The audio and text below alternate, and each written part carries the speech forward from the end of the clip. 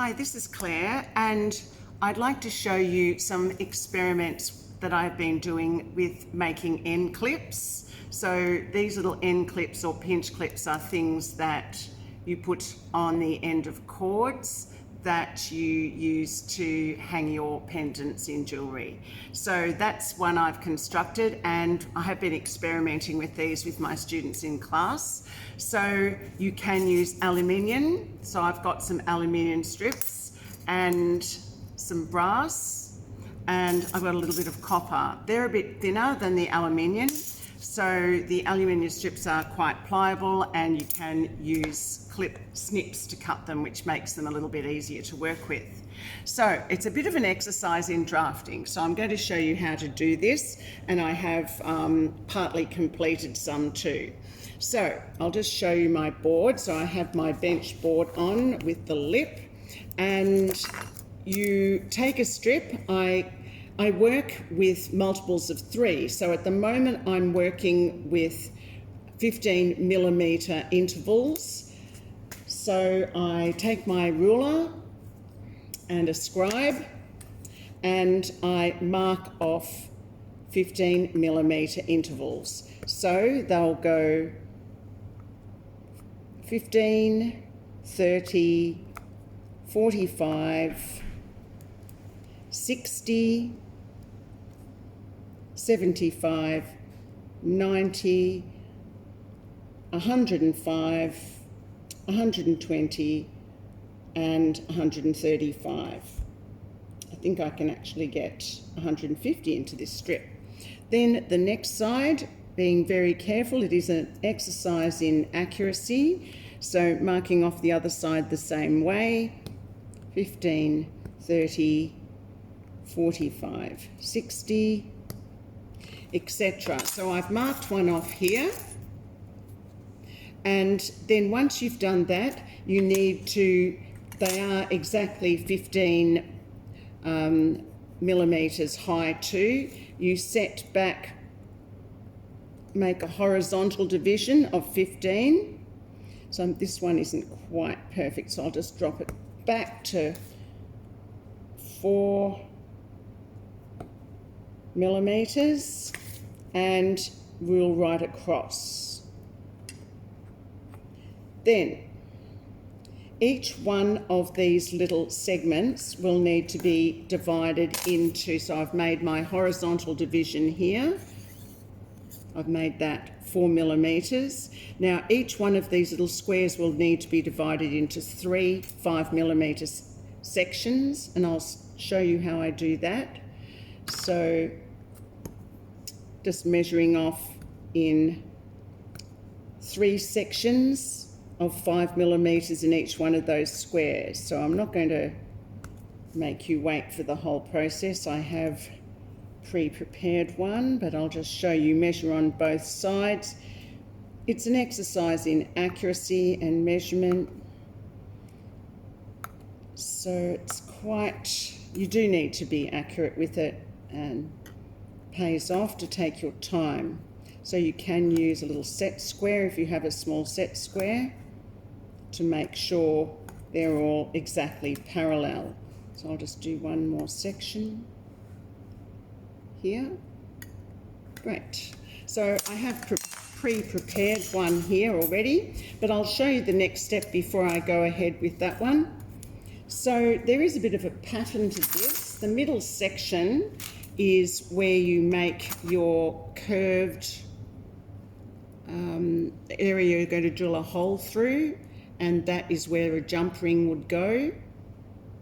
So I use a stencil for that, any circular stencil, just to draw a semicircle. So I'll find a little circle here. So in the middle one, I set my circles. I'm only going to use a semicircle using my scribe just to draw in the middle of each square. So skip 2 5mm sections, and then another semicircular scribe, and skip 2, and then my next semicircular scribe. So I have pre-prepared that here. So as you can see, I don't know whether you can see those little semicircular scribes. They're quite fine, but here they are, a little pattern. Skip 1, scribe, skip 2, scribe, skip 2, scribe. Right, in the centre of each of those, we're going to punch a little guide for drilling. So you don't need to punch very hard, it's just aluminium. So in the centre of that, trying to be accurate, just a little tap so that the drill has a guide to follow. So I'll just do a few of these for you so you can see.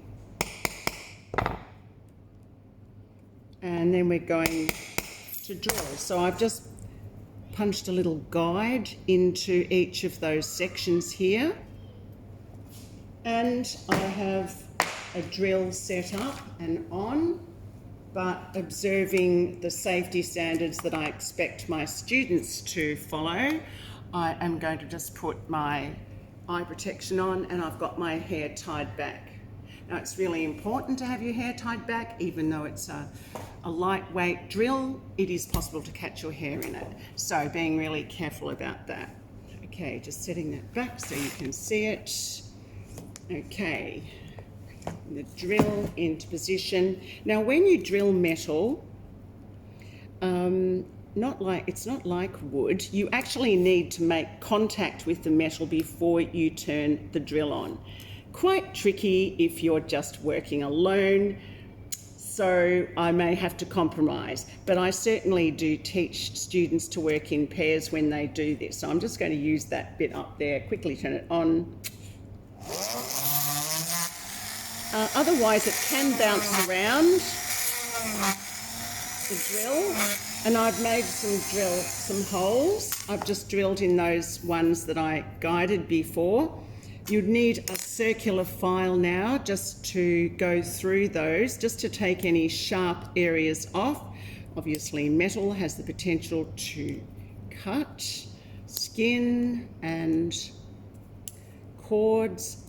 So and you can actually size it a bit with the circular file if you'd like it a bit bigger.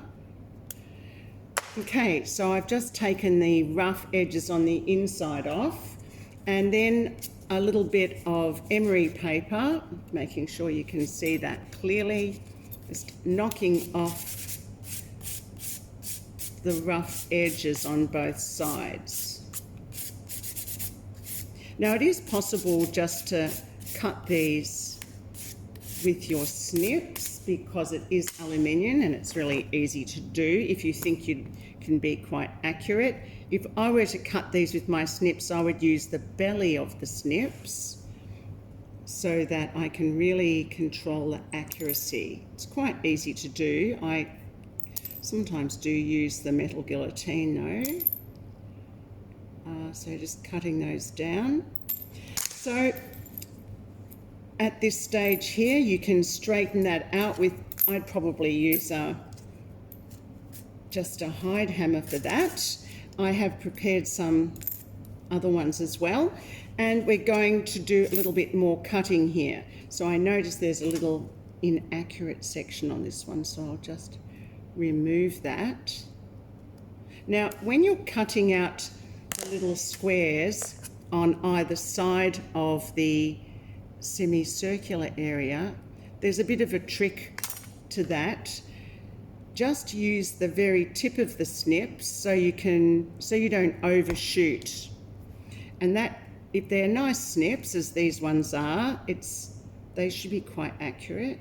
So just snipping on either side of my semicircular scribe there and removing those. So it is a very easy process, and then taking off the corners. So you can use the snips or some side cutters. So I've got some side cutters here just to take off all the sharp corners. Okay, so I'm just taking those little sharp corners off and making sure, I might make this little drill hole here just a bit larger with the circular file.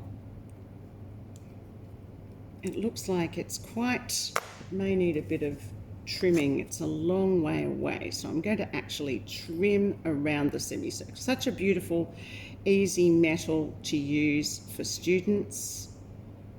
Okay, so I've trimmed that off. The next thing to do is to file it. So I have some files here just to take the sharp parts off.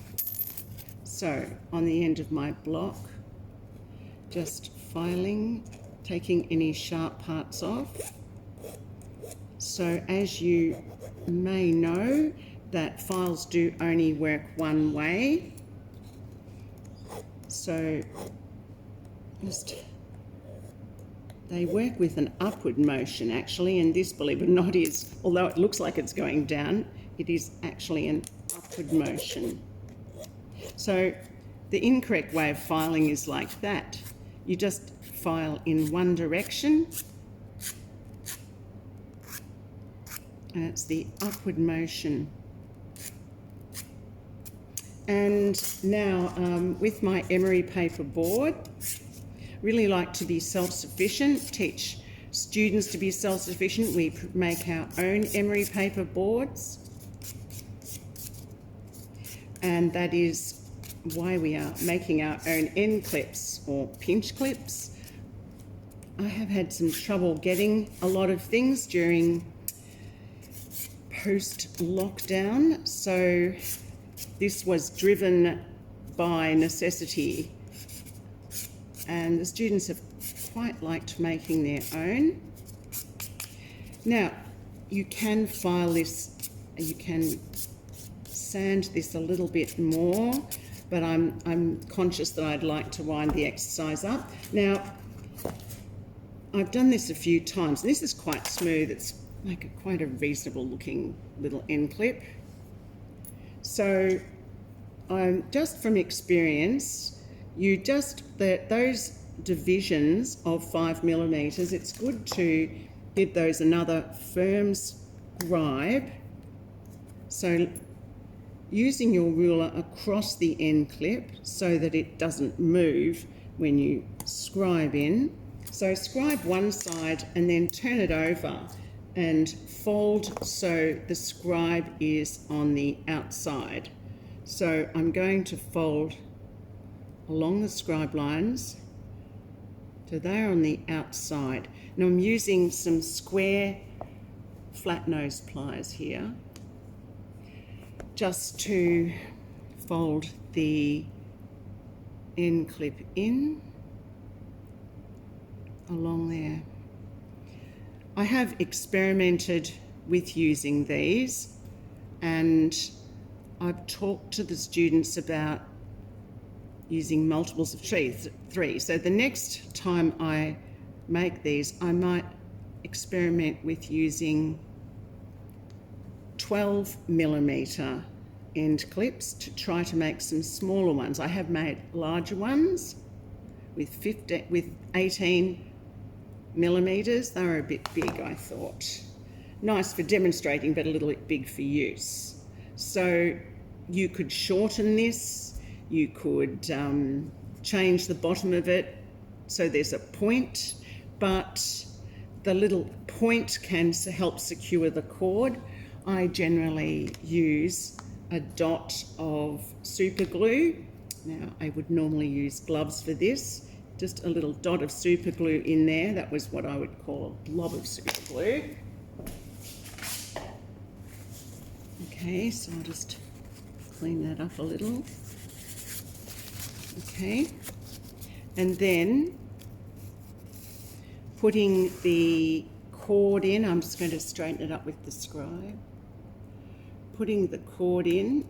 Now, when you do this, it's good to just wait a moment or two just for it to set so that it can support itself before you bend the sides in. I just find that's the best way of doing that. I'm just can take a little bit of time. And just hold it there. And when I bend them in, I use pliers with a little bit of grip in them, because otherwise they do slip, it just slips out. So I'll see how long this is going to take to set. It can take a long time at times. Usually sticks to everything else too. The super glue just provides a bit of cushioning and that added bit of security so that your cord doesn't slip out. So I'm just going to try to bend one side in a bit, pinch it over. There, so I've been able to pinch one side in and then using the pliers secure it on the other side. Trying not to use the teeth unless you really have to. I've pinched that cord in, and then you can certainly use the emery paper to take off any unwanted rough edges. So that is a pair of handmade end clips, and we've just been experimenting with those. So I thought I'd share that experience with you, and hopefully you can find that you can be self-sufficient with your jewellery. Thanks for watching. Catch you on another YouTube clip. Bye.